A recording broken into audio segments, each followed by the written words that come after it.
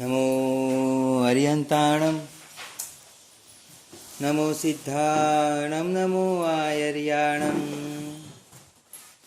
नमो वज्रायाणं नमो लोये सौवसाहुणं ऐसो पंचमुक्कारो सौवपावपणासनो मंगलाणं च सव्वेसिं परमं हवै मंगलम् नमो हरिहंताणं नमो सिद्धाणं नमो आयर्याणं नमो वज्रायाणं नमो लोये सौवसाहुणं ऐसो पंचनमुक्कारो सौवपावपणासनो मंगलाणं च सव्वेसिं परमं हवै मंगलम् नमो हरिहंताणं नमो सिद्धाणं नमो आयर्याणं नमो वज्रायाणं नमो लोये सौवसाहुणं ऐसो पंचनमुक्कारो सौवपावपणासनो मंगलाणं च सव्वेसिं परमं हवै मंगलम् अज्ञानतिमिरान्धानां ज्ञानाञ्जनशलाकया नेत्रमुन्मीलितं येन तस्मै श्रीगुरवे नमः।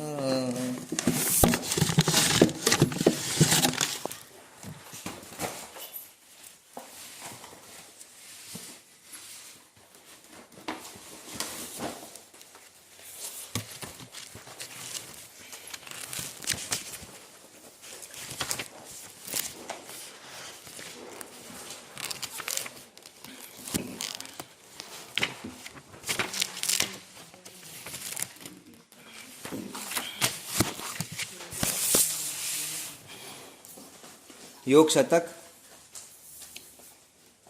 પૂજ્ય હરિભદ્ર સુરેશ્વરજી મહારાજ સાહેબની સાધનાનું એક નિષ્કર્ષ, એમને જે સમ્યક જ્ઞાનની પ્રાપ્તિ કરી, સમ્યક દર્શન, સમ્યક ચારિત્રની પ્રાપ્તિ કરી, તેના સાર રૂપે એમના 444 ગ્રંથમાંથી કોઈ ગ્રંથ હોય ને તો એમ કહી શકાય કે યોગ શતકનો ગ્રંથ એમના જીવનભરની સાધનાનું એક ફળ છે.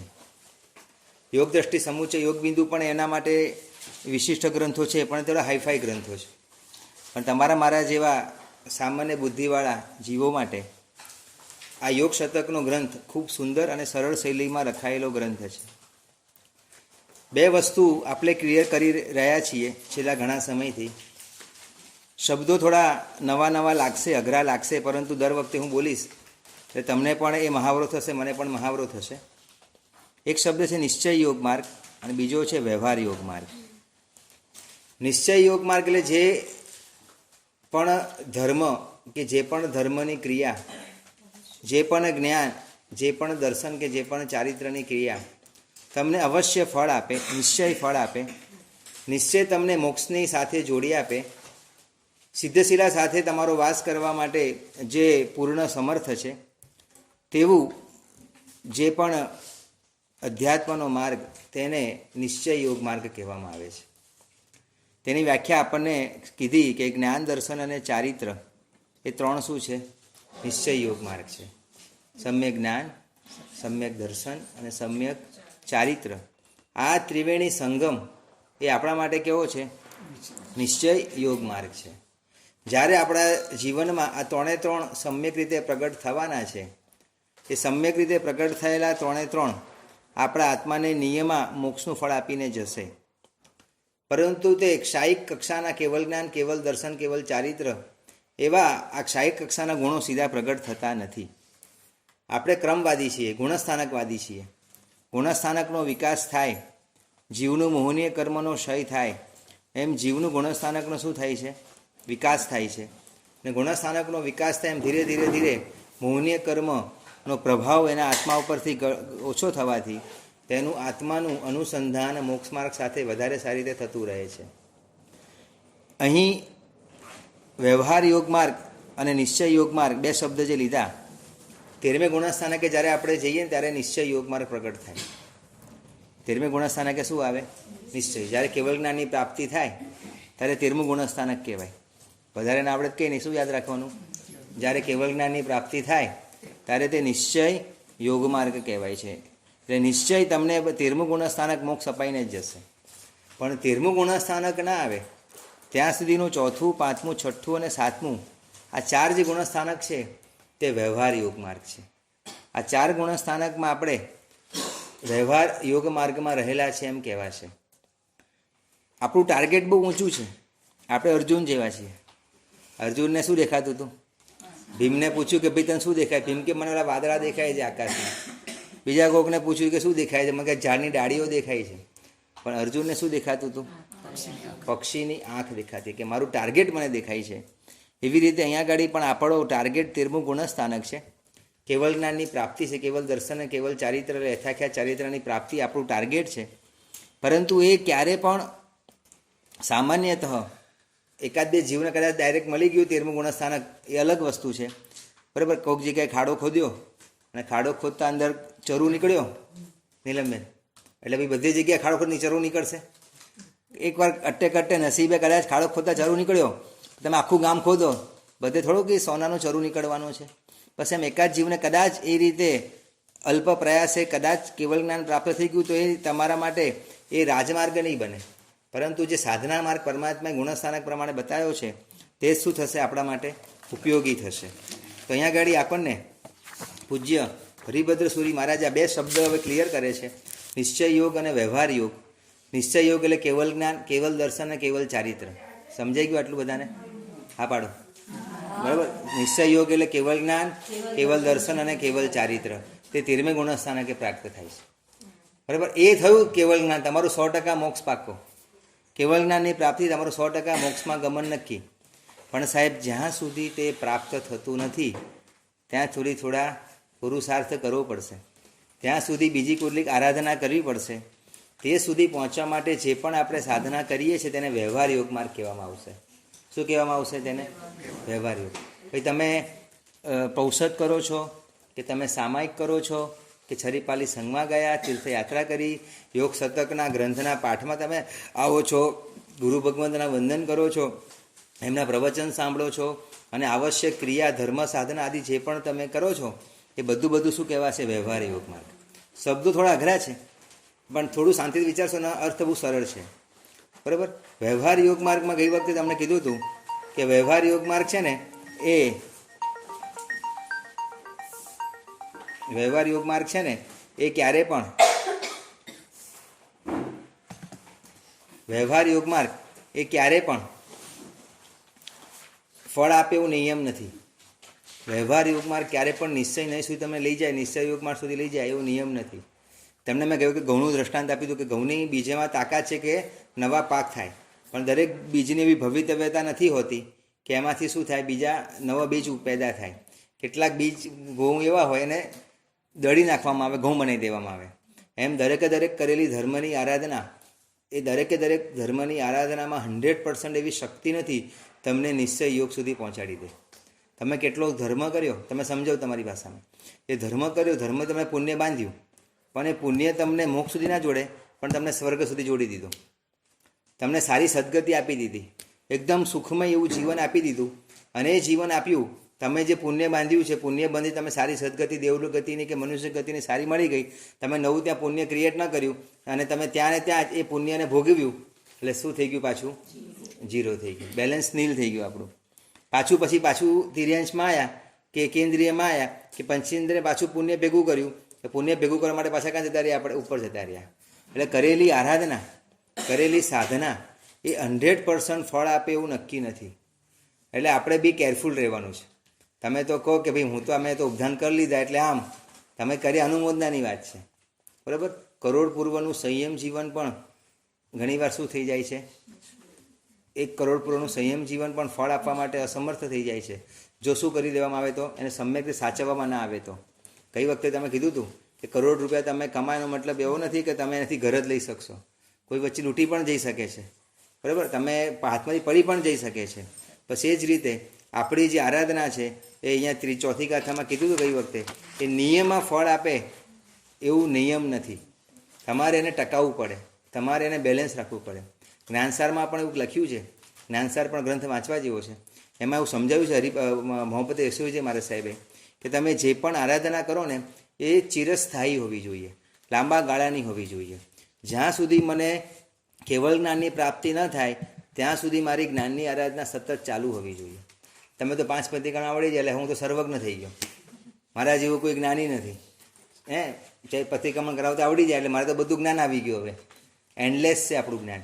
થોડું જ્ઞાન ભણી લીધું, 2 વ્યાખ્યાન આપતા થઈ ગયા, તમે તમારી જાતને કે હું મારી જાતને માની લો કે હું સર્વજ્ઞ થઈ ગયો, તો પછી પતી ગયું, પછડાટ નક્કી છે. આપણને જ્યાં સુધી કેવળ જ્ઞાનની પ્રાપ્તિ ન થાય ત્યાં સુધી આપણે શું કરવાનું છે? જ્ઞાનનો પુરુષાર્થ મૂકવાનો નથી. જ્યાં સુધી શાયિક સમ્યકતા પ્રાપ્ત ન થાય ત્યાં સુધી આપણે સમ્યક દર્શનની શુદ્ધિકરણના ક્રિયાઓને મૂકવાનું નથી. જ્યાં સુધી યથાખ્યા ચારિત્ર પ્રાપ્ત ન થાય ત્યાં સતત સંયમ જીવન સતત પાળવાનું છે.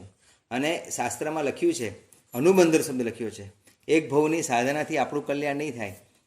2 થી 4, 5, 7 ભવની સાધના આપણે ભેગી કરીશું ને ત્યારે આપણે ત્યાં સુધી પહોંચીશું. મંજિલ લાંબી છે, બહુ ઇઝી નથી. બરાબર? પેલા કહેવાય ને કે મીણના દાંત છે, લોઢાના ચણા ચાવવાના છે. આજે થોડું તમને અઘરું લાગશે, ઈચ્છામી દુકડમ, બરાબર? પરંતુ જે વાસ્તવિકતા છે મારે તમને સમજાવી છે. આપણી થોડી કરેલી આરાધના અને આરાધનાના ફળથી આપણું થોડું પુણ્ય વધ્યું, આપણી 4 બાજુ આભા થઈ, આપણું યશનામ કરવા વધ્યું, 2 માણસ આપણને ઓળખતા થયા, આપણી પીઠ થાબડી શાબાશી આપી, એનાથી આપણું ડેસ્ટિનેશન નથી આવતું.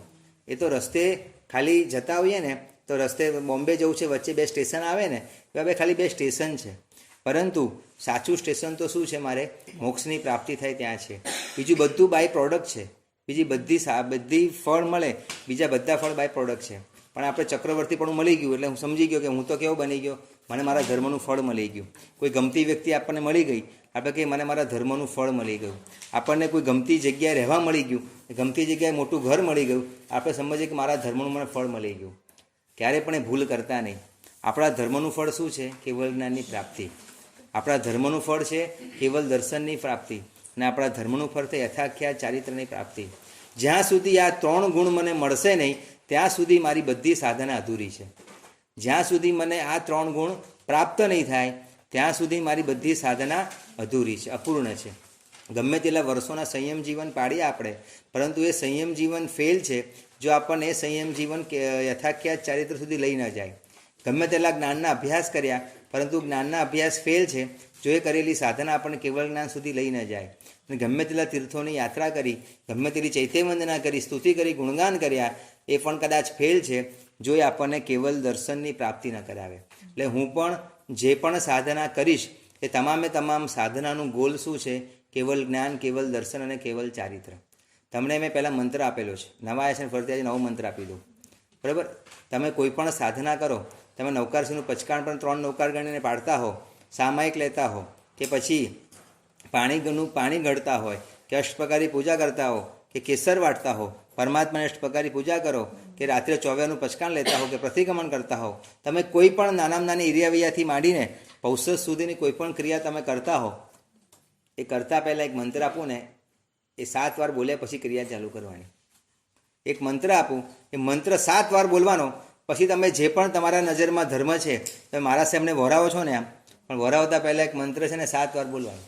એ 7 વાર બોલ્યા પછી મારા સાહેબને શું કરવાનું? વહોરાવાનું. તમે એરિયાવિયા દેરાસરમાં કરો છો, ચૈત્ય વંદના કરો છો, તે પણ એક મંત્ર બોલીને બોલવાનું. તમે ગુરુવંદન કરો છો, સાધુ ભગવાનને વંદન કરો છો, સાધ્વીજીને વંદન કરો છો, કે ઉપર ગુરુ મંદિરને 3 પ્રદક્ષિણા આપો છો, પરંતુ એક મંત્ર હૃદયમાં સ્થાપી દેવાનો.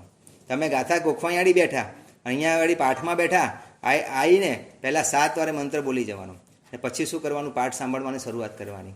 તમે ટૂંકમાં XYZ કોઈ પણ પ્રકારની ધર્મની આરાધના કરતા હો તો એ ધર્મની આરાધના કરતાં પહેલાં તમારે એક શુભ સંકલ્પ કરવાનો છે કે એશ યોગ કેવલ જ્ઞાનાય ભવતુ.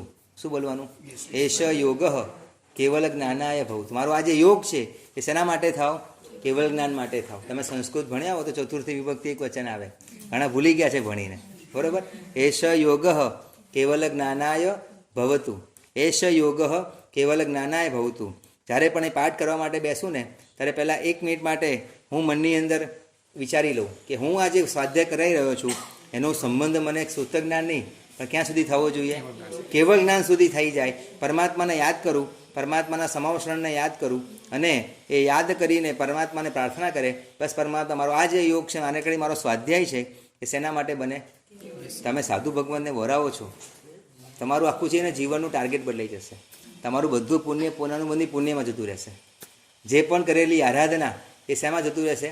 અને આ નાનકડો કરેલો સંસ્કાર, આ નાનકડી પાડેલી એક ટેવ, એ નાનકડું એક મનમાં વિચારેલું સત્કાર્ય તમને ખ્યાલ નથી કે કેટલું બધું પ્રચંડ પુણ્ય બંધ કરાવનારું થશે.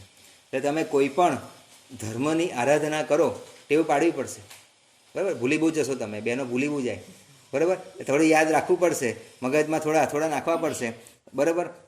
ઘરની અંદર 4 જગ્યાએ બોર્ડ પર લખવું પડશે. ગૌરીકભાઈએ કીધું છે, લેસનમાં આપ્યું છે કે આ વસ્તુ 4 જગ્યાએ બોલવાની છે. હું મારા ગુરુને વંદન કરું છું, ગુરુની PYSમાં જઉં છું કે ગુરુની શિબિરમાં જઉં છું, હું કોઈ પણ ધર્મ આરાધના કરીશ, એ ધર્મ આરાધના કરતાં પહેલાં 7 વાર બોલી લઈશ. શું બોલીશ? એશ યોગ કેવલ જ્ઞાનાય ભવતુ. એટલે આ યોગ મને કેવલ જ્ઞાન માટે થાવ. તો સાંભળો, કેવલ જ્ઞાન આવે ને એ કેવલ દર્શન, કેવલ ચારિત્ર સમજી જ લેવાનું. રામ ભૈયા આવે એટલે સીતા અને લક્ષ્મણ જોડે જ હોય. બરાબર? ચિંતા નહીં કરવાની. કેવલ જ્ઞાન શબ્દ બોલીએ એમાં ઇનબિલ્ટ એની અંદર જ્ઞાન, દર્શન, ચારિત્ર ત્રણે અંદર આવી જ ગયું છે. એટલે આપણા દેરાસરના બોર્ડ પર લખવું જોઈએ, એશ યોગ કેવલ જ્ઞાનાય ભવતુ. દરેકે દરેક જે ઉપાશ્રયમાં છે ને એ બેનર લખાવવા જોઈએ ચારે બાજુ કે એશ યોગ કેવલ જ્ઞાન. મારું આ યોગ શેના માટે છે? યોગ એટલે ક્રિયા. આ યોગ એટલે મેં તમને કીધું, અમારી જે ક્રિયા છે એ કેવલ જ્ઞાન માટે થાવ. તો અહીંયા આગળ આપણને પૂજ્ય હરિભદ્ર સુરી મહારાજા આપણને નિશ્ચય અને યોગ માર્ગ બતાવે છે. વ્યવહાર યોગ માર્ગ જે છે એ નિશ્ચય યોગ સુધી પહોંચવા માટે છે. આ ભવની અંદર કેમે કરીને આપણને નિશ્ચય યોગ માર્ગ મળવાનો નથી, મને ખબર છે. પરંતુ મારી એવી કેપેસિટી ઊભી કરવી છે, એવી કેપેબિલિટી ઊભી કરવી છે કે એ સમર્થતા મારે ઊભી કરવી છે કે આ ભવમાં પાળેલી મારી આ સાધના મને આવનારા 3જા ભવમાં કે આવનારા 2જા ભવમાં જ મને નિશ્ચય યોગ સુધી જોડનારી બને. શાલિભદ્રને ખબર નથી, નાનકડો જીવ છે, એકદમ અલ્પ પુણ્યવાળો જીવ છે. પૂર્વભાવમાં એટલું બધું લોભ કર્યો છે. એ લોભ કશાયને કારણે એ આભીરીને ત્યાં, ભલવારણને ત્યાં જન્મ થયો છે. બાપ જન્માતાની સાથે મરી ગયો છે.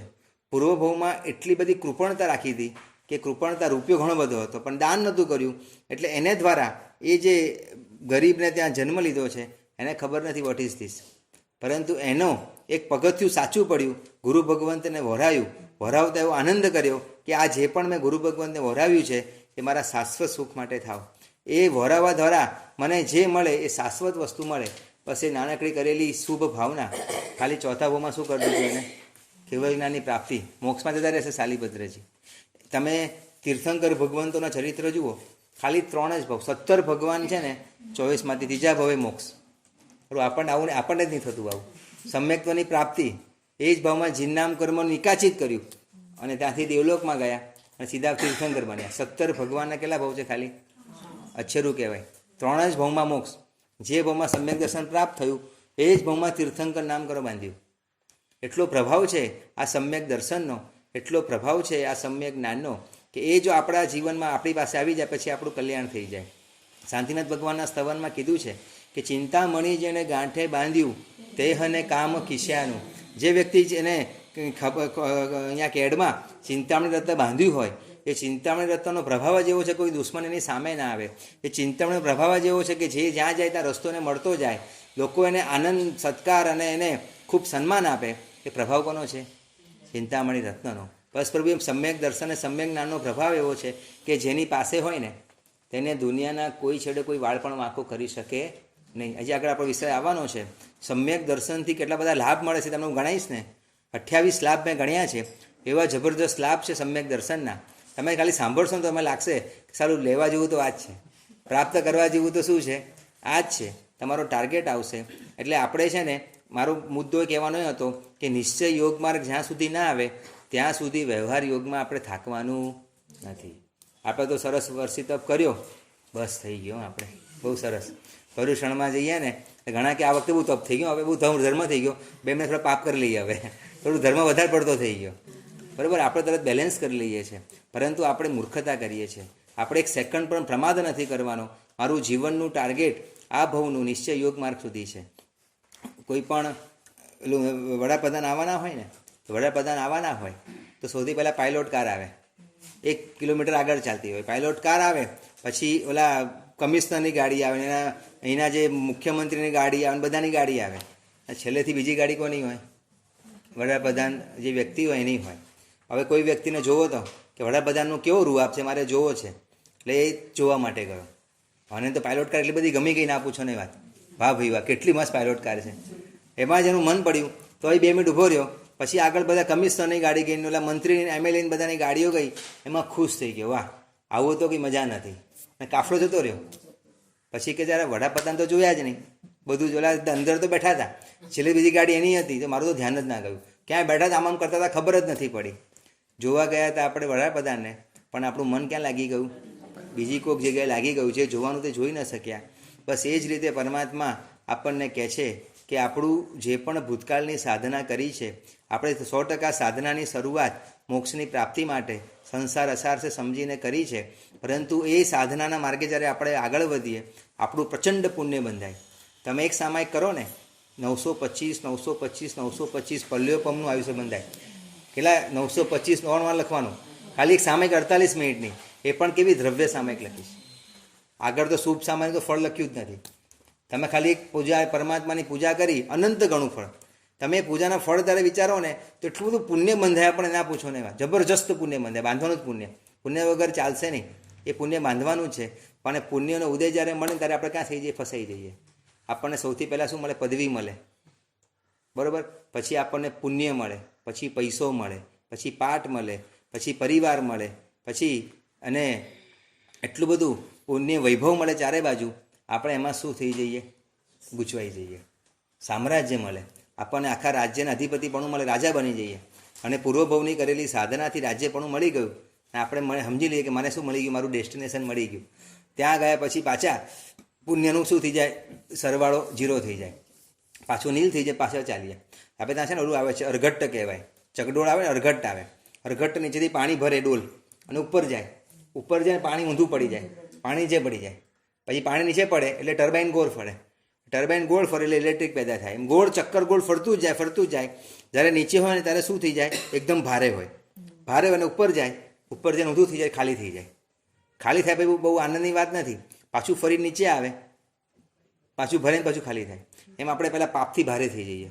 એટલા પાપથી ભારે થઈએ અને એને સાધના કરતાં કરતાં કરતાં કરતાં કરતાં 7મી નરકમાં પહોંચ્યા હોઈએ. એ પાપને અકામ નિજરા કરતાં કરતાં કરતાં કરતાં કરતાં પંચેન્દ્રિયપણું, મનુષ્યપણું અને જૈન કુલ બધું મળે. એટલે એકદમ પાપથી આપણે નીલ થઈએ. હવે લાગે કે હવે ત્રીજા ભવે જ મોક્ષ છે.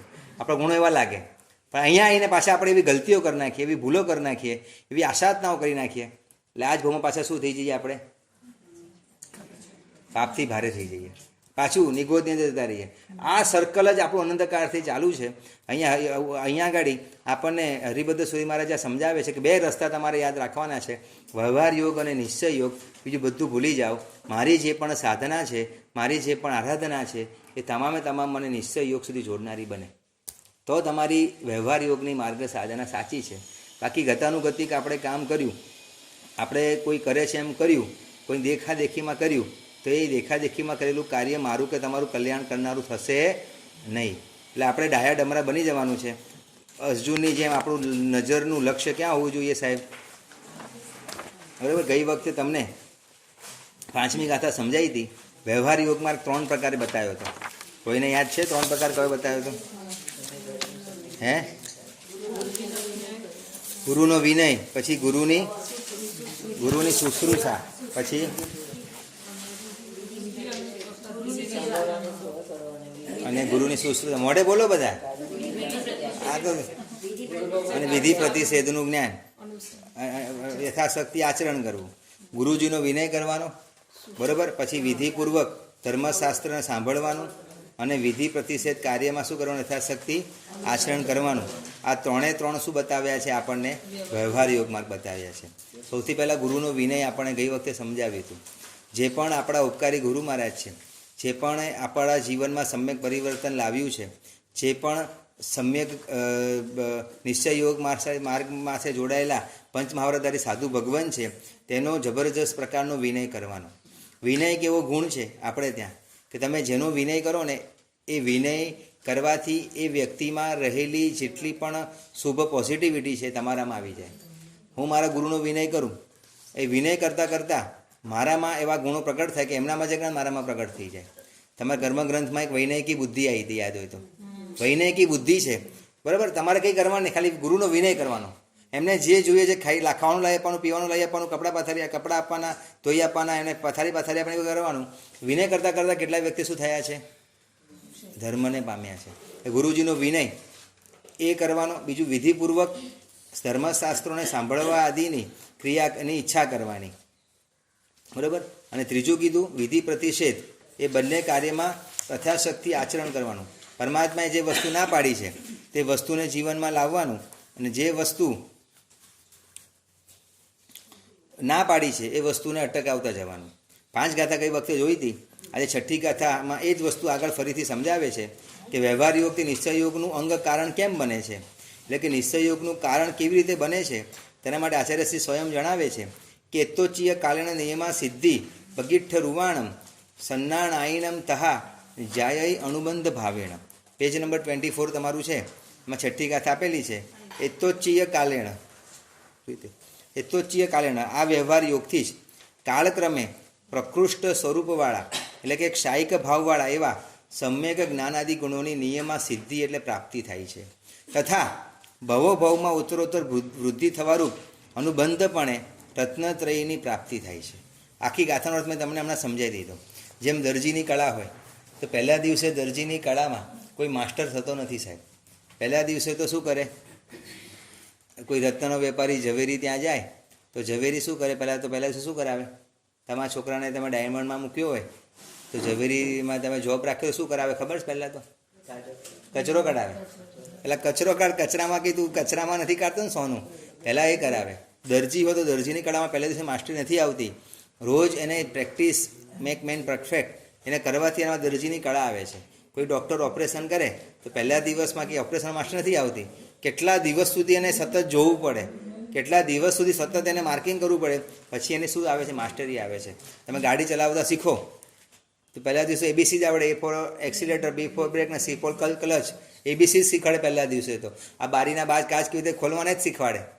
પણ રોજ તમે અડધો કલાક ગાડી ચલાવો, 10 દિવસથી તમે પોતે શું થતા જાઓ? ગાડી ચલાવતા થઈ જાઓ. કોઈ ચિત્રકાર છે, એ ચિત્રકાર પેઇન્ટિંગ કરે છે તો પહેલા દિવસે એનામાં ગોડ ગિફ્ટ નથી કે ચિત્ર દોરતા આવડી જાય. એ પણ નાના ચિત્ર દોરતા શું એમાં પરિપક્વતા આવે છે અને મહાન સરસ ચિત્રકામ થાય છે. રસોઈ બનાવતા શીખો તો રસોઈ પહેલા દિવસે તમે માસ્ટર ચીફ થઈ ગયા. ધીરે ધીરે શીખાય ને. લગ્ન કરીને સાસરે ગયા હોય તો ભારતના નકશા જેવી રોટલી બનાવી હોય, બરાબર, ઘરે જો પિયરમાં ના કામ કર્યું હોય તો, બરાબર. એટલે એ રસોઈની કળા, વકીલાતની કળા, સોનીની કળા, દરજીની કળા, હજામની કળા, એ વારંવાર ચીવટપૂર્વક તમે જેમ આસેવન કરતા જાઓ ને એમ કાળ જતાં એની માસ્ટરી તમને શું થાય છે? પ્રાપ્ત થાય છે. અત્યારે સ્ટાર પ્લસ ઉપર કોઈ સિરિયલ આવતી હોય એમાં સૌથી નંબર 1 પેલું રસોઈયો કોણ, શું કહો ઇંગ્લિશમાં તમે? ચેફ કો શું કહે ને? શેફ. હા, આ શેફ. તો એ જે હોય એ સીધો પહેલા દિવસે થોડું તો એન્ટ્રી હોય, એ 15 વર્ષનો 18 વર્ષનો ત્યારથી એને પ્રેક્ટિસ ચાલુ કરી હોય અને ચાલુ કરતાં આજે છેક ઇન્ટરનેશનલ લેવલે પહોંચ્યો હોય. કોઈ સંગીતકાર હોય એ 13 વર્ષે એને સાધના ચાલુ કરી હોય, સરસ્વતીના જાપ કર્યા હોય અને ધીરે ધીરે બધા રાગ શીખ્યો હોય, પછી 25-30 વર્ષે શું ગાતા થાય. એમ આપણે પણ જે નિશ્ચય યોગ માર્ગ છે, કેવળ જ્ઞાનની પ્રાપ્તિ, એ આપણે હંમેશા બીજથી શરૂઆત કરવાની છે. વ્યવહાર યોગ માર્ગ એ બીજ છે અને નિશ્ચય યોગ માર્ગ તે ફળ છે. કરેલી નાનકડી સાધના એકદમ ચીવટપૂર્વક, ઝીણવટપૂર્વક અને એકદમ ધ્યાનપૂર્વક આપણે કરીએ તો આપણી એ કરેલી સાધના નિયમા શું લખે? ધીરે ધીરે કાળપ્રણે સમ્યક જ્ઞાનાદિ ગુણોની નિયમા શું કરાવે છે? સિદ્ધિ કરાવે છે. એટલે આપણે આપણા જીવનમાં જે પણ યોગ માર્ગ શરૂ કર્યો એ 100% ધીમે ધીમે વ્યવહાર યોગ, નિશ્ચય યોગ સુધી લઈ જાય છે. એટલે આ વ્યવહાર યોગથી જ કાળક્રમે પ્રકૃષ્ટ સ્વરૂપવાળા, સાયિક ભાવવાળા સમ્યક જ્ઞાનાદિ ગુણોની નિયમા સિદ્ધિ પ્રાપ્તિ કરાવે છે. હમણાં વચ્ચે એક જણે મને પ્રશ્ન કર્યો કે સાહેબ તમે આ સમ્યક દર્શન અને સમ્યક જ્ઞાન ચારિત્ર બોલો છો, બહુ ખબર નહીં પડતી. તમે બોલો છો અમે હાયા કરી દઈએ છીએ, બહુ સરસ બોલે હમ કહી દઈએ છીએ, પણ સાહેબ એનું જીવનમાં એપ્લાય શું કરવું મને ખબર નથી પડતી.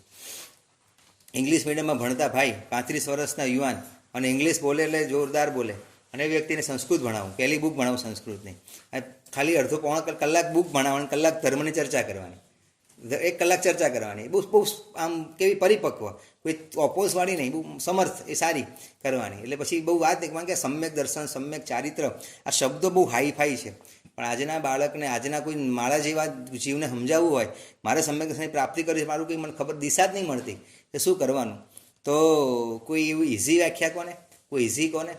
એટલે મેં કીધું આપણે ત્યાં સમયક રંગશાળામાં છે ને 4 આરાધના બતાવી. અહીંયા 3 બતાવ્યું, આમ ઘણી જગ્યાએ 4 છે. દર્શન, જ્ઞાન, ચારિત્ર અને તપ, આ 4 આરાધના બતાવી. તમે કોઈ લખો સમ્યક દર્શન, બીજી લીટીમાં લખો સમ્યક જ્ઞાન, ત્રીજી લીટીમાં લખો સમ્યક ચારિત્ર, ચોથી લીટીમાં લખો સમ્યક તપ. એટલે મેં કહ્યું ખબર કેવી રીતે પડે કયું છે? તો સમ્યક દર્શન કોને કહેવાય? એટલે બહુ ઇઝી વ્યાખ્યા, બહુ જ આમ લો લેવલની વ્યાખ્યા છે તમારા માટે તો, પણ તમારે આખી જિંદગી આ યાદ રાખવાની.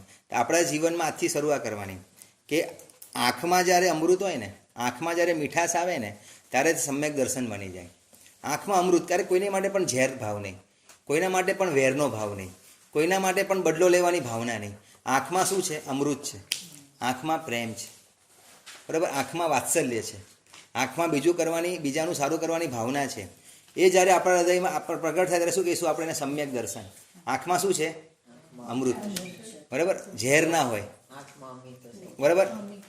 આપણે 8 લાખની કાર છોડાઈ હોય અને ખુશ થઈ જાય, આખી સોસાયટીમાં આટલી કાર કોઈની પાસે નથી, અને બીજા જ અઠવાડિયે બાજુવાળો 12 લાખની કાર છોડાવે, એટલે આપણી કાર નાની થઈ ગઈ. આંખમાં ઝેર આવી જાય. મનમાં કોઈની માટે, આંખમાં કોઈને માટે વેર રાખીએ, એ વ્યક્તિ સામે મળે એટલે આંખમાં આપણને એકદમ વેર લાગે, આપણો દુશ્મન છે એવો ભાવ આવે. સમ્યક દર્શન નથી. કોઈ પણ કક્ષાનો કોઈ પણ જો આપણી આંખ સામે આપણે એને પ્રેમ, વાત્સલ્ય અને વરસાવીએ, બરાબર? એટલે આંખમાં મીઠાશ, આંખમાં અમૃત, તે શું કહેવાય? સમ્યક દર્શન. પછી જીભમાં અમૃત હોય ને, જીભમાં અમૃત છે, તે સમ્યક જ્ઞાન છે.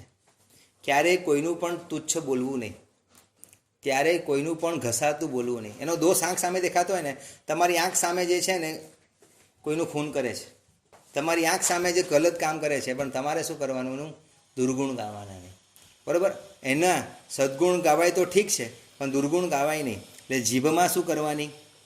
અમી રાખવાની. એ સમ્યક જ્ઞાન છે. બધા માટે સારું બોલવાનું ટ્રાય કરવાનું. થોડું અઘરું પડશે શરૂઆતમાં, કોઈને સારું બોલવાનું એટલે આમ ભાર લાગે, બરાબર? અમુક માણસો તો ઓળખું છું ને, એમ કોઈને બધું ખરાબ જ બોલતા હોય.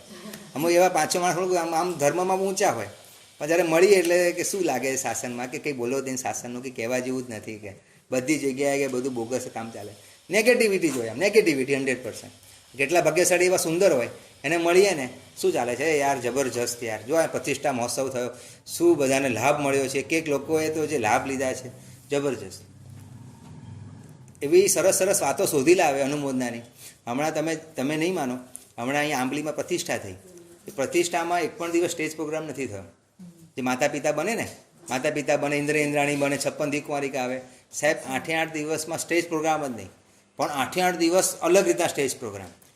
ભગવાનનો રાજ્યાભિષેક થયો ને, રાજ્યાભિષેક શું વિચાર છે બધા આપણા ગુરુ ભગવંતોના, ગચ્છાધિપતિના, શું દીર્ઘ દ્રષ્ટિ.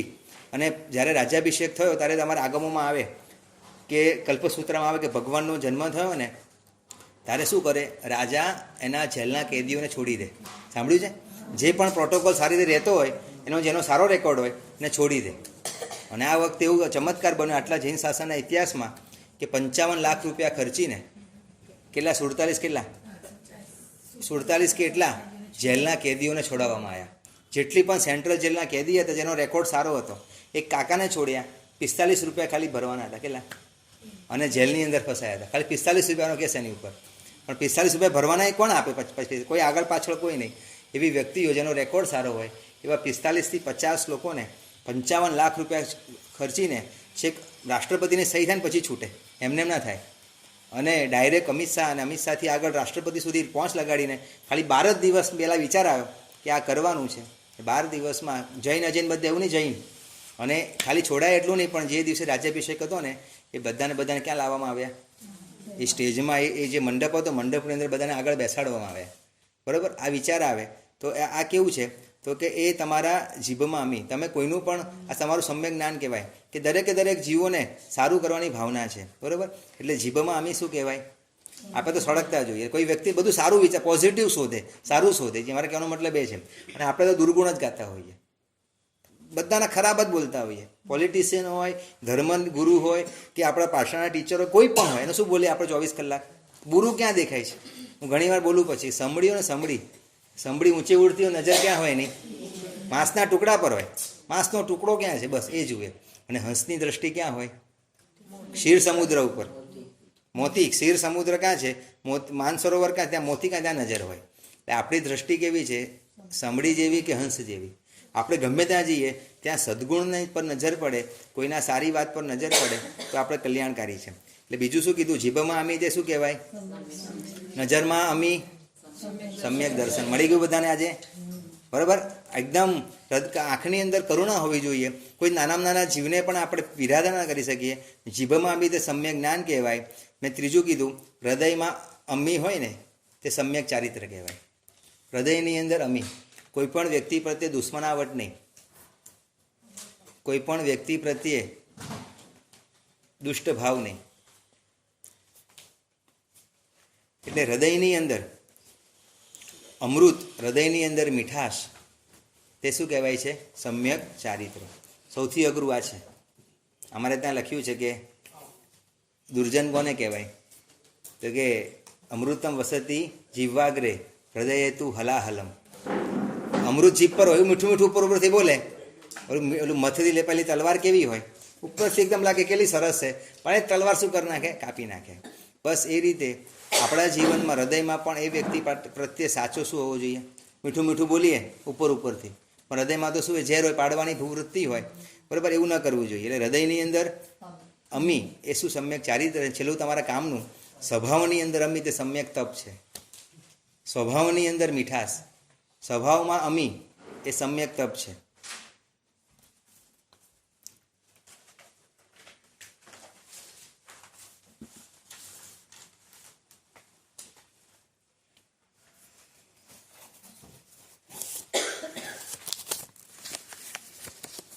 યાદ રહેશે? 4 વ્યાખ્યા નવી.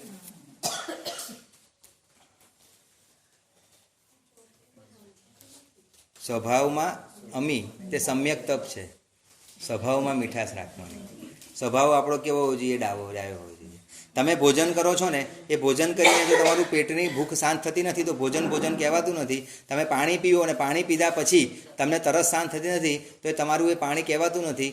દવા લીધા પછી જો દવા તમારો રોગ શાંત નથી કરી, તમારું દવા કહેવાતી નથી. એમ તમે કોઈ પણ તપ કરો કે કોઈ પણ ધર્મ કરો, તમારો સ્વભાવ જો સુધરતો નથી તો એ ધર્મ કહેવાતો નથી. તમારો સ્વભાવ અત્યંત ઉપશાંત થાય. તમે તમારા નેચરથી ઓળખાવ કે આ બેન કોણ? તો કે હા એકદમ શાંત છે, એકદમ સ્થિર પ્રકૃતિ છે. તો કે હા તો અહીંયા એમાં નૌકારમાં જ રહે છે. બરાબર. એ જે તમારા સ્વભાવથી તમે ઓળખાવ તો એ તમારું સમ્યક તપ થઈ ગયું. બરાબર. આ ભાવ ધર્મ બતાવ્યો તમને. કાલથી આનું પણ આપણે પુરુષાર્થ કરવાનો છે. આંબેલ તો કરીશું આપણે 14નું પૂનમ કે 5મનું, પણ સાથે સાથે ભાવ તપ આપણે કેવી રીતે કરીશું આપણા જીવનમાં આટલું સમ્યક ચેન્જ લાવીને. તો અહીંયા પૂજ્ય હરિભાઈ સુમાર સાહેબ કહે છે કે તમારી નાનકડી પણ આ આરાધના, તમારી નાનકડી પણ આ સાધના, વ્યવહારીઓ પરંપરાએ તમને ક્યાં લઈ જાય છે? નિશ્ચય, સમ્યક જ્ઞાન આદિ ગુણોની નિયમમાં સિદ્ધિ પ્રાપ્તિ કરાવે છે. અને ભવોભવમાં ઉત્તરોત્તર વૃદ્ધિ થવાનું દર વખતે વધતું જાય છે. દર વખતે એડવાન્સ વધતું જાય છે. અને અંતે અનુબંધપણે, સમજો અનુબંધ એટલે સતત સાયકલ ચાલવી જોઈએ એની. એ સાયકલ ચાલે તમારી. એક ભાવમાં આરાધના કરવાથી મોક્ષ ન થાય. સતત 2, 3, 4 ભાવ સુધી તમે શું કરો? તમે એક મેચમાં રમો તો તમે સિલેક્શન કાયમ માટે ના થાય, પણ સળંગ 10-12 મેચ રમો તમારે કહેવાય કાયમી કહેવાય. અત્યારે રોહિત શર્મા હોય 10 મેચ ના રમે તો એને કાઢે નહીં. કેમ? એનું રેકોર્ડ સારું રમે છે. પણ કોઈ નવો જ ખેલાડી આવ્યો હોય 10 મેચમાં ફ્લેપ થઈ જાય તો આગળ લે સિલેક્ટર ના લે. એમ દરેક ભાવમાં આપણે થોડી આરાધના કરતાં ક્રમશઃ આપણો આત્માનો વિકાસ થાય છે અને તરત થાય છે એવું લખ્યું છે. એટલે છઠ્ઠી ગાથામાં આપણને આપણી જે કરેલી સાધના એ ક્રમશઃ ધીમે ધીમે મોક્ષ માર્ગ સુધી જોડનારી બને છે એવું સમજાવવામાં આવ્યું છે. 7મી ગાથામાં હવે આપણે આગળ જોઈએ. એકાનું થોડું આટલું આ ગુજરાતી વાંચવા જેવું છે, વાંચી લઈએ પછી 7મી ગાથામાં જઈએ. પેજ નંબર 25 છે ને, એમાં લખ્યું છે કે ઉપર જણાવેલા ગુરુ વિનય, શુશ્રૂષા ઇત્યાદિ વ્યવહાર યોગના વારંવાર આસેવનથી જેમ જેમ કાળ જાય તેમ તેમાં વ્યવહાર યોગ, નિશ્ચય યોગની પ્રાપ્તિ અવંધ્ય કારણ હોવાના લીધે અવશ્યપણે નિશ્ચય યોગની સિદ્ધિ પ્રાપ્ત થાય છે. કોની સિદ્ધિ થાય છે? એવા પ્રશ્નના ઉત્તરમાં આચાર્યશ્રી જણાવે છે કે પ્રકૃષ્ટ સ્વરૂપવાળા એટલે કે ઉત્કૃષ્ટ સ્વરૂપવાળા સમ્યક જ્ઞાન આદિ જે ગુણો છે તે ગુણોની નિયમમાં સિદ્ધિ થાય છે. જેમ દરજીની કળા, સોનીની કળા, હજામની કળા, રસોઈની કળા, વકીલાતની કળા ઇત્યાદિ કળાઓનું વારંવાર ચીવટપૂર્વક આસેવન કરવાથી કાળ જતાં તે યોગનું વારંવાર ચીવટપૂર્વક આસેવન કરવાથી શાહિક ભાવવાળા સમ્યક જ્ઞાનાદિ પ્રાપ્ત કરવારૂપ નિશ્ચય યોગની અવશ્યપણે સિદ્ધિ થાય છે. કારણ કે વ્યવહાર યોગ નિશ્ચય યોગનું અવંધ્ય કારણ છે. તથા ઉચિત આચરણનો સ્વીકાર કરવા પૂર્વક જિનેશ્વર પ્રભુની જે યથાર્થ આજ્ઞા તેનું આરાધન કરવા વડે જો વ્યવહાર યોગ સેવવામાં આવે તો પરંપરાએ પછીના ભવોમાં તે વ્યવહાર યોગની વૃદ્ધિનો જ હેતુ બને છે. એટલે કે શાસ્ત્રમાં કહેલી તે ગુંઠાણાના યોગ્ય આચરણા સહિત જિનેશ્વર પ્રભુ સદ એવી આજ્ઞાનું આરાધન કરવા પૂર્વક ઉપયોગ સહિત જે વ્યવહાર યોગ સેવવામાં આવ્યો તો તે વ્યવહાર યોગ ભવોભવમાં વૃદ્ધિ ભાવને જ પામે છે. તે વ્યવહાર યોગના સંસ્કારો એકવાર બીજ રૂપે જો આત્મામાં દ્રઢ બની જાય તો પછી તેના ઉત્તરોત્તર ભવોમાં અનુમંતરૂપ વૃઢ ગાઢતળ બનવાના કારણે ભવોભવમાં આક્ષેપણા એટલે કે ચારે બાજુથી અતિશય ગાઢ થવાથી માર્ગાનુસારી એવું શ્રી જિનેશ્વર ભગવાનની આજ્ઞા અનુસરવાથી વિશુદ્ધ બનેલું એવું આ ધર્માનુષ્ઠાન સદઅનુબંધવાળું એટલે કે ગાઢ અનુબંધવાળું બને છે. તમે સાયકલ ચલાવો, સાહેબ એક રાઉન્ડ મારો, સાયકલ ચાલે કે સાયકલના પેન્ડલ સતત મારવા પડે ને. તમે ગાડી લઈને આવ્યા અહીંયા તો એક્સિલેટર સતત આપવું પડે ને જ્યાં પહોંચો ના સુધી. એક્સિલેટર એકવાર આપી દીધું બરાબર, તમે ઓપેરાથી નીકળ્યા, અહીંયા પહોંચવું છે અને એકવાર સ્કૂટરમાં એક્સિલેટરમાં આપી દીધું એટલે પહોંચી ગયા અહીંયા ગાડી. જ્યાં સુધી પહોંચો ત્યાં સુધી વચ્ચે શું કરવું પડે? એક્સિલેટર આપવું પડે છે. એમ આપણે પણ સતત અનુબંધ આ ધર્મ આરાધનાના સતત ચક્કર ફેરવવા પડે. મેં પૌરિકભાઈ ગઈ સાલ અઠ્ઠમ કર્યો તો પાસનાથ ભગવાનનો એટલે મારી આરાધના થઈ ગઈ. ના ચાલે એવું. જ્યાં સુધી આપણને ના પૂરતા સુધી આપણે શું કરવું પડે? અઠ્ઠમ કરવા જ પડે. ત્યાં સુધી અઠ્ઠાઈ કરવી જ પડે. ત્યાં સુધી માસક શમન કરવા જ પડશે. મેં તો એકવાર વર્ષી તપ કરી લીધું એટલે મારું પૂરું થઈ ગયું. ના પતે ભઈલા. જ્યાં સુધી આપણને કેવલ જ્ઞાન નથી પડ્યું ત્યાં સુધી બધી આપણી સાધના અધૂરી છે, અપૂર્ણ છે. આ એક આ હૃદયમાં છાપ તમે યાદ રાખજો. આપણે એન્ડ માની લઈએ, મેં આ કર્યું એટલે મારું પૂરું થઈ ગયું. બરાબર? એ પૂરું થયું નથી. આપણે ત્યાં કેટલું સરસ શબ્દ લખ્યો છે, પારણું લખીએ. શું લખીએ આપણે? પારણું. પારણાનો મતલબ ખબર તમને? તમે કહો કે મારે વર્ષી તપનું પારણું કર્યું, તમે કહો કે અઠ્ઠમનું પારણું કર્યું. સંસ્કૃતમાં છે ને પાર ધાતુ છે, પાર. સંસ્કૃતમાં શક ધાતુ છે. શક એટલે શક્તિમાન થવું. એનું પ્રાકૃતમાં પાર આદેશ થઈ જાય છે. પારણું એટલે તમે શક્તિમાન થયા છો. બરાબર? તમે પારણું મતલબ તમે ધ્યાન સમજો. પારણું એટલે ધ્યાન થઈ ગયું, આજે પૂરું થઈ ગયું. પારણું મતલબ ધ્યાન નથી, પણ પારણાનો મતલબ છે શક્તિમાન થવું. તમે આજે વઠ્ઠમ કર્યો છે કે તમે છઠ કર્યો છે કે તમે જે વર્ષી તપ કર્યો છે, આજે તમારો આત્મા શક્તિમાન થયો છે મોક્ષને મેળવવા માટે. આજે તમારો આત્મા શક્તિમાન થયો છે સમ્યક તપને જીવનમાં આદરવા માટે. આજે તમારો આત્મા શક્તિમાન થયો છે તપને તમારા જીવનમાં ઊંડો ઉતારવા માટે. આપણે પારણાનો મતલબ થાય આજે તમે કેપેબલ થઈ ગયા, એવો તમે એન્ડ થઈ ગયો, બસ ધ્યાન. ધ્યાન નથી, શક્તિમાન થવું એવું છે. બરાબર? એટલે અહીંયા છઠ્ઠી ગાથામાં જેમ એક અનાજનું બીજ ફળની પ્રાપ્તિનું અવંધ્ય કારણ છે, હવે તે બીજને વાવવામાં યોગ્ય ખેતર, યોગ્ય જમીન, યોગ્ય પાણી, યોગ્ય વાયુનો સંયોગ મળી ગયો હોય તો તે ક્રમશઃ અંકુરાથી ફળ પ્રાપ્તિનું કારણ બને છે. તમે બીજને ડાંબરના રોડ ઉપર નાખી દો તો ના થાય, પણ એ બીજમાંથી તમારે ધાન્ય પેદા કરવું હોય તમારે એની સાથે બીજા પણ ઘણા બધા ઓપ્શન જોઈએ. જમીન ફળદ્રુપ જોઈએ. બરાબર? પછી એની અંદર પાણી જોઈએ, એની અંદર પવન વગેરેનો સંયોગ જોઈએ. એ બધું મળી ગયો ને ક્રમશઃ તેને પાણી વગેરેનું પાન કરીએ તો અંકુરાથી ફળની પ્રાપ્તિ કાર્ય જે કરે જ છે, ફક્ત તેમાં અમુક સમય લાગે છે. થોડું ધ્યાન રાખવું પડે. અવસરે પાણી પાવાની માવજત કરવારૂપ ઉચિત આચરણ કરવું પડે છે. અને તે અંકુરાદી કોઈના પગ પડવાથી દબાઈ ન જાય, તેનો વિકાસ રૂંધાઈ ન જાય તેનું ધ્યાન રાખવું પડે છે. તેવી રીતે જીવમાં ગુરુ વિનયાદિ સંસ્કારો સ્વરૂપ જે વ્યવહાર યોગાત્મક બીજ એકવાર પ્રાપ્ત થયું તે નિશ્ચય યોગનું અવંધ્ય કારણ હોવાથી નિશ્ચય યોગની પ્રાપ્તિ અવશ્ય થાય જ છે. ફક્ત તેમાં અમુક સમયની રાહ જોવી પડે છે. વારંવાર તેનું શું કરવું પડે છે સાહેબ? આસેવન કરવું પડે છે. આવેલા સંસ્કારોને વેગ મળે તેવા સત્સંગ, સ્વાધ્યાય, વ્યાખ્યા શ્રવણ આદિ સહકારી કારણો સાથ લેવારૂપ ઉચિત આચરણા સ્વીકારવી જોઈએ. તેના વિકાસને રૂંધી નાખે તેવા મિથ્યા દ્રષ્ટિના પરિચય, સહવાસ, વિષય કશાય, વાસના વર્ધક કથાઓ વગેરેનો ત્યાગ કરવો જોઈએ. તો ભવોભવના સંસ્કારો અનુબંધવાળા બને છે અને અંતે અવશ્યપણે નિશ્ચય યોગની પ્રાપ્તિ થાય છે. એક જણ મને હમણાં મળ્યું કે સાહેબ તમે આટલા વર્ષથી ધર્મ કરો છો, કેટલા જ વર્ષ ધર્મને પ્રાપ્તિ નહીં થાય? 22 વર્ષથી ધર્મ કરો છો. બરાબર? 22 વર્ષથી તમે ધર્મ કરો છો તો તમે જ્યારે તો 15 વર્ષ પહેલાં કોઈ માણસે વ્યાખ્યાન આપ્યું હશે, તમને શું યાદ છે? મને કંઈક એક વાત કહો, તમે યાદ હોય તે કંઈક કાલનું તો યાદ રહેતું નથી. તો તમે આખી વ્યાખ્યાન શ્રવણ કરો તો ફાયદો શું? તમે રોજ વ્યાખ્યાન સાંભળવા માટે આવો, સમજો પહેલા દિવસે તમે રેગ્યુલર આવો છો યોગ સતકમાં, હું તમને પૂછું કે બીજા પ્રવચનમાં મેં કયો પદાર્થ કીધો, મને કહો. સાહેબ બોલ્યા હતા ખરા સરસ, મેં નોટમાં લખેલું છે પણ યાદ નથી. તો હું તમને એમ પ્રશ્ન કરું તો ભાઈ સાંભળવાની શું જરૂર છે? તો ભાઈ તમને યાદ જ નહીં, સાંભળવાની શું જરૂર છે? બરાબર. 12 વર્ષથી અહીંયા ભણાવું છું અને હું કહું કે જીવ વિચારની ગાથા જ્યારે ચાલતી હતી ત્યારે ચોથી ગાથામાં મેં એક બહુ મસ્ત પદાર્થ શું કીધું તો બોલો. હવે તમે ખરેખર 12 વર્ષમાં પછી ભણો છો, હવે આમ એક બધા મોડું છે, શું કીધું હતું? ગયા ખાલી આજ શનિવાર થયો, બુધવાર થયો, આજ શનિવાર થયો. મેં બુધવારે મેં શું કીધું ચલો મને કહો. તમે આગળ બેસીને આખું વ્યાખ્યાન સાંભળ્યું હતું મસ્ત, સાહેબ બહુ મસ્ત બોલ્યા હતા. શું કીધું હતું? બહુ સરસ. શું પણ આપણને યાદ નથી. એક બહુ સરસ સાંભળવા જેવી વાત છે. એટલે કોકે મને પ્રશ્ન કર્યો કે સાહેબ આજથી 12 વર્ષ પહેલાં મેં ગુરુ મહારાજે શિબિર ભરી હતી, તમને એક અક્ષર યાદ નથી, તો તમારે સાંભળવાની શું જરૂર? એટલે મેં જવાબ આપ્યો, ના સાંભળો, મેં જવાબ આપ્યો. મેં કહું લગ્નને કેટલા વર્ષ થયા? મેં કે લગ્નને 25 વર્ષ થયા. મેં કહું ભાભીએ 10મા વર્ષે લગ્નને તિથિ હતી, બીજા તમે જમવા માટે શું બનાવ્યું હતું? તો કે એવું થોડું યાદ હોય કે જમવા માટે શું બનાવ્યું હતું? મેં કહું તને યાદ નથી, પણ નક્કી તે દિવસે ખાધું હતું. એ જે ખાધું તારા શરીરમાં પોષણ થયું, અને જમવાથી તારાથી જે પોષણ થયું ને તું બીજા દિવસે જીવ્યો. બીજા દિવસે તને ખાવાનું મળ્યું. ટૂંકમાં તને રોજ ખાવાનું મળ્યું ને તો તું આજે 35 વર્ષે શું લગ્નના 30 વર્ષે તું જીવતો છું. પણ એ દિવસે ખાવાનું ના મળ્યું તો શું થાત? તું મરી જાત, તારું જીવન પૂર્ણ થઈ જાત. એમ હું મારા ધર્મમાં ટકી રહ્યો છું. કેમ કે આટલા વર્ષોથી હું નિયમિત મારા ધર્મને સાંભળતો આવ્યો છું, મારા ધર્મ દેવગુરુની વાણી સાંભળતો આવ્યો છું. કદાચ મને પદાર્થ યાદ નથી, પણ દર વખતે ગુરુએ મને પોષણ આપ્યું છે, એમની વાણી દ્વારા મને કંઈ પુષ્ટ કર્યો છે. એટલે ધર્મમાં શું થયું? ટકીને રહ્યો છું. ભલે મને યાદ નથી, મારો દુર્ગુણ છે, જ્ઞાનનો ઉદય છે, જ્ઞાનનો ઉદય છે, પરંતુ એનાથી મારી કરેલી આરાધના સતત હું સાંભળતો રહ્યો છું. બસ એ અહીંયા આગળ કહે છે સતત શું કરવું પડે? આપણે સાંભળવું પડે, સતત આપણે એને ટકાઈ રાખવું પડે. તમે ફુગ્ગો ફૂલાવો કે ના ફૂલાવો? ફુગ્ગો ફૂલાવો ને, ફુગ્ગો ફૂલાવો, બરાબર. પછી શું કરો? તરત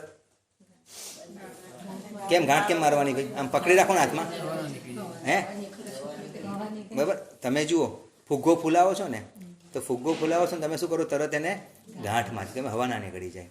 એમ આપણા જીવનમાં પણ ધર્મ આવે ને. ઘણા લોકો મને પ્રશ્ન કરે નિયમની શું જરૂર છે, પચકાણની શું જરૂર છે?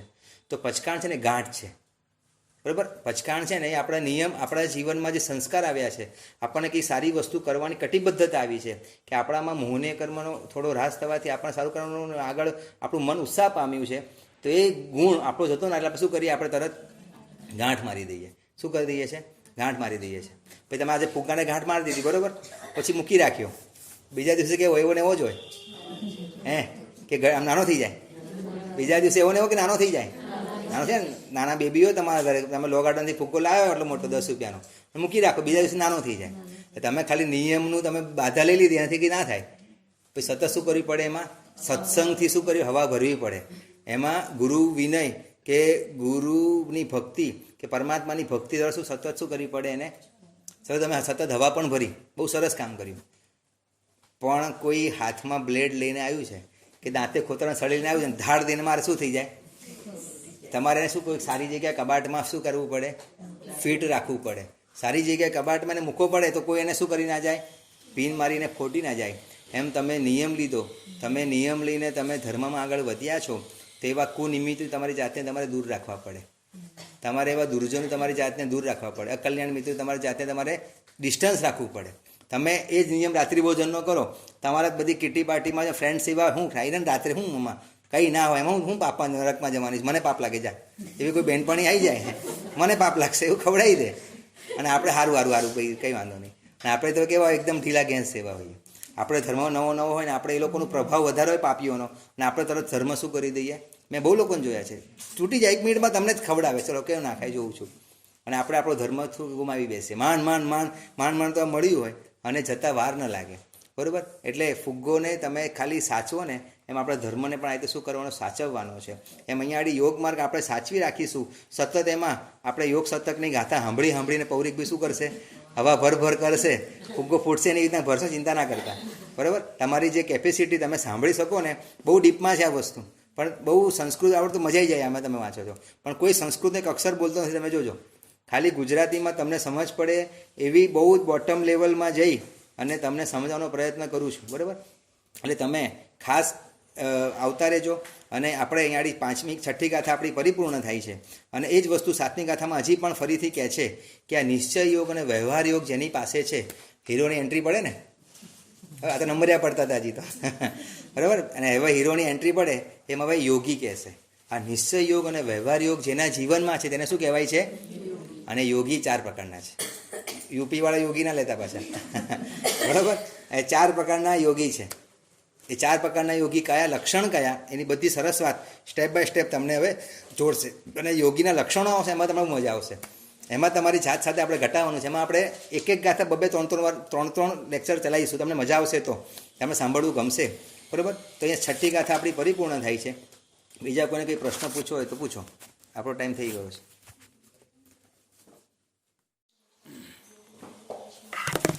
નમો હરિહંતાણમ, નમો સિદ્ધાણમ, નમો આયર્યાણમ, નમો વજ્જાયાણમ, નમો લોય સૌ